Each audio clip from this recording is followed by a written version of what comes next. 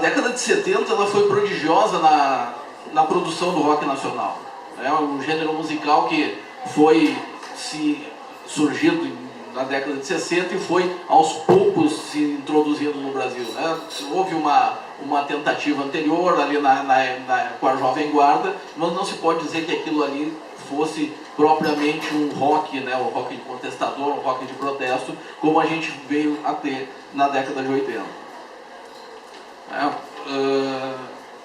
Dessa época, então, nós temos as bandas como os Titãs, Paralamas do Sucesso, a Blitz, o Traje a Rigor, Kid de Abelha e os Abóboras Selvagens, os Gaúchos Engenheiros do Havaí, Replicantes, TNT e Cascaveletes. Né? Esses os mais conhecidos nossos, né? de um período pequeno de produção, mas igualmente significativos quando a gente vai falar do rock dos anos 80. Né? As letras da época eram permeadas por reflexões sobre a juventude em si, sobre o fato de ser jovem, né? Sobre situações que envolviam a juventude, as ambições, frustrações, a sexualidade, vestibular, política, relações familiares e tudo então que ocupava a mente deles. Então, por exemplo, a gente tem Paralamas do Sucesso com óculos, né, que descreve a situação eu me identificava com isso, porque eu já na época usava óculos também, de um jovem que precocemente, pelo menos para a época, era forçado a usar óculos e se sentia de alguma forma vítima de um preconceito, talvez auto-infringido, talvez alheio, pelo fato de usar óculos ao contrário dos demais. Né?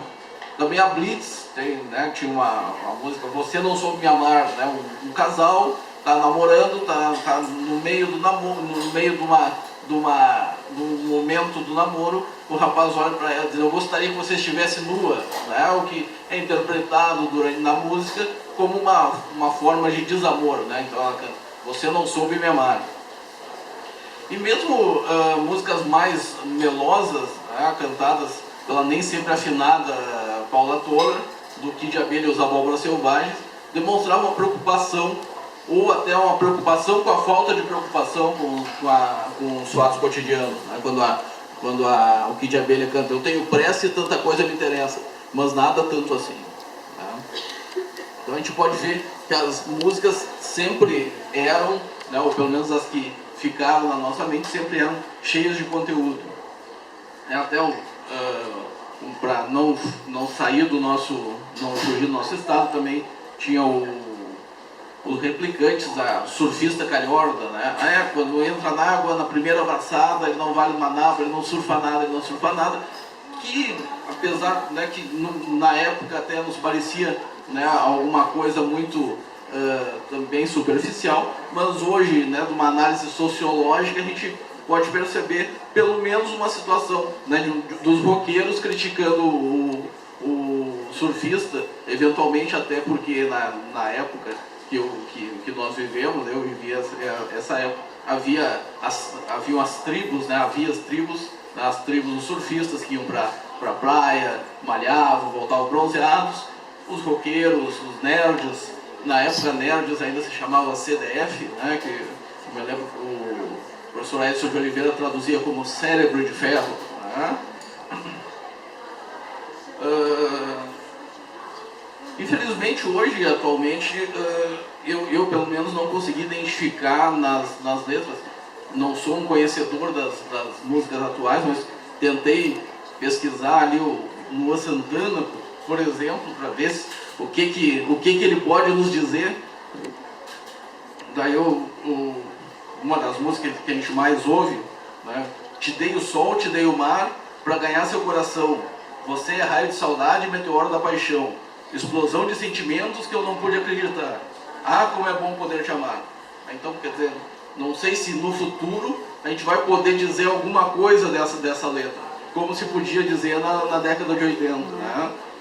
Ou então o outro: eu estou apaixonado, eu estou contando tudo, eu não estou nem ligando para o que vão dizer. Amar não é pecado, e se eu estiver errado, que se dane o mundo, eu só quero você. Então a gente pode ver então na letra, né, que se dane o mundo, uma desconexão, na verdade, com os fatos sociais atuais. Ele não demonstra um afastamento com a realidade.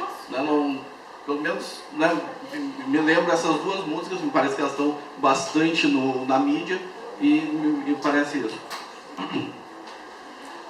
Bom, nesse contexto, né, que estava falando antes, o Renato Russo representa o suprassumo da geração. Né? Com certeza o maior letrista, e com certeza se estivesse vivo, e talvez se o Brasil fosse a França, o Renato Russo, pelo conteúdo das suas letras, apesar da gente aqui não ter essa tradição de considerar letrista poeta, né, o que é um grande erro, mas com certeza ele, pelo conteúdo das suas letras, ele teria uma cadeira certa na Academia Brasileira de Letras, antes do Paulo Coelho, antes do Sarney, antes do Ivo Pitangui, né?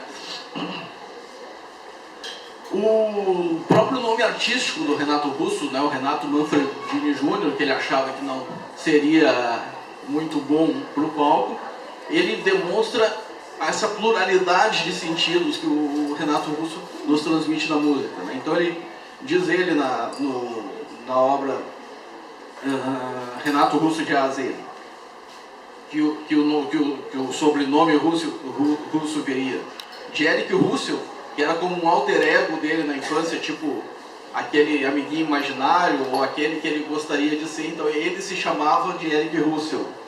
Né? Também influenciado o sobrenome russo pelo filósofo Jean-Jacques Rousseau, né? o Bom Selvagem e do Contrato Social, que também foi inspirador da Danielle Rousseau do Lost, né? Que era aquela pessoa, né, isolada no filme, no seriado Lost. Ela estava isolada do resto dos grupos, dos outros e do grupo principal, e ela representava então esse selvagem do Rousseau. Né? Os autores do Lost buscaram inspiração, né, na filosofia, tanto que tinha o John Locke, tinha o Hume, né? Então eles utilizaram bastante da filosofia, e a Rousseau representava mais ou menos a questão do Jean-Jacques Rousseau. E além disso também Bertrand Russell também era um outro filósofo que era da predileção do Renato Russo.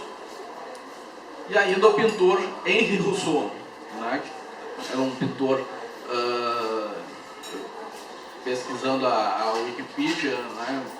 Verifiquei que ele era um pintor autodidata, né? Que pintava sem uma técnica, mas que se destacou pelas pinturas selvagens. E ele dizia: nada me põe tão feliz como contemplar a natureza e pintá-la. Imagino que quando vou para o campo e vejo o sol por todo lado, e verde, flores, digo para mim, tudo isso é realmente meu. Então, daí a gente tem toda essa pluralidade, essa plurissignificância do Renato Russo, né, que vinha não só transpirava na poesia, como na própria personalidade dele.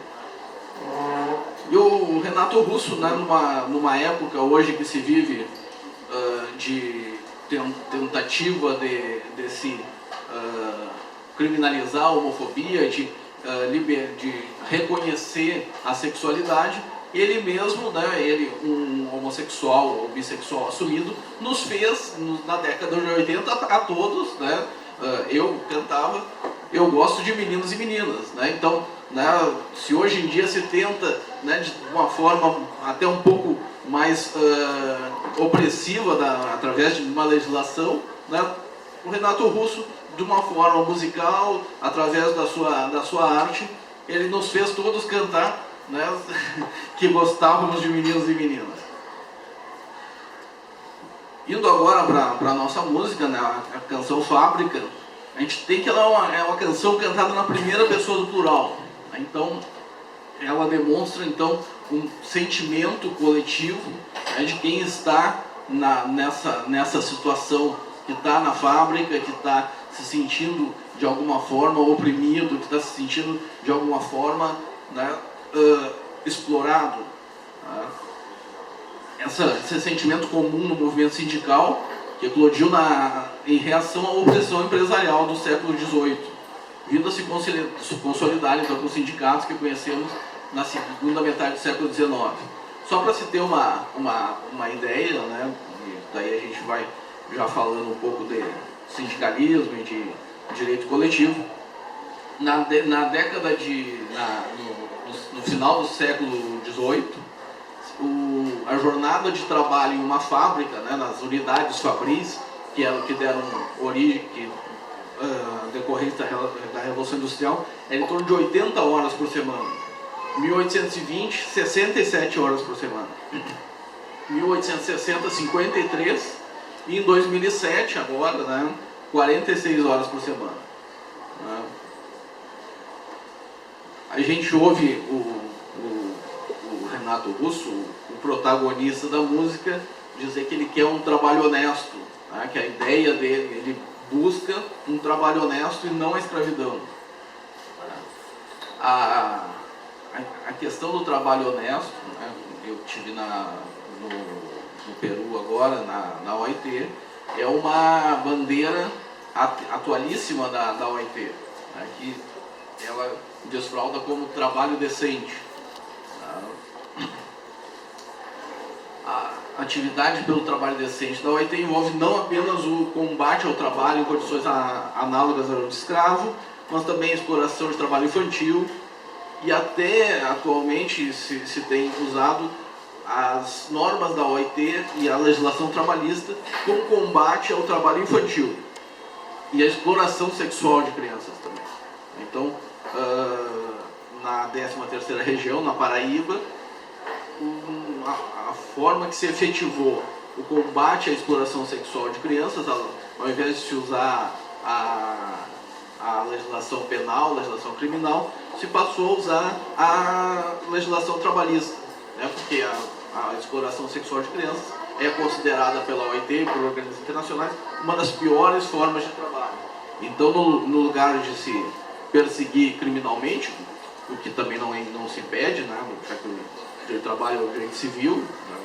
Pelo menos para esse tipo de situação, se passou a perseguir através da legislação trabalhista, o que dá muito mais efetividade. A Justiça do Trabalho é inegavelmente uma das justiças mais céleres, mais ágeis. Então o Ministério Público do Trabalho e a Justiça do Trabalho passaram a atuar nessa questão do trabalho da exploração sexual.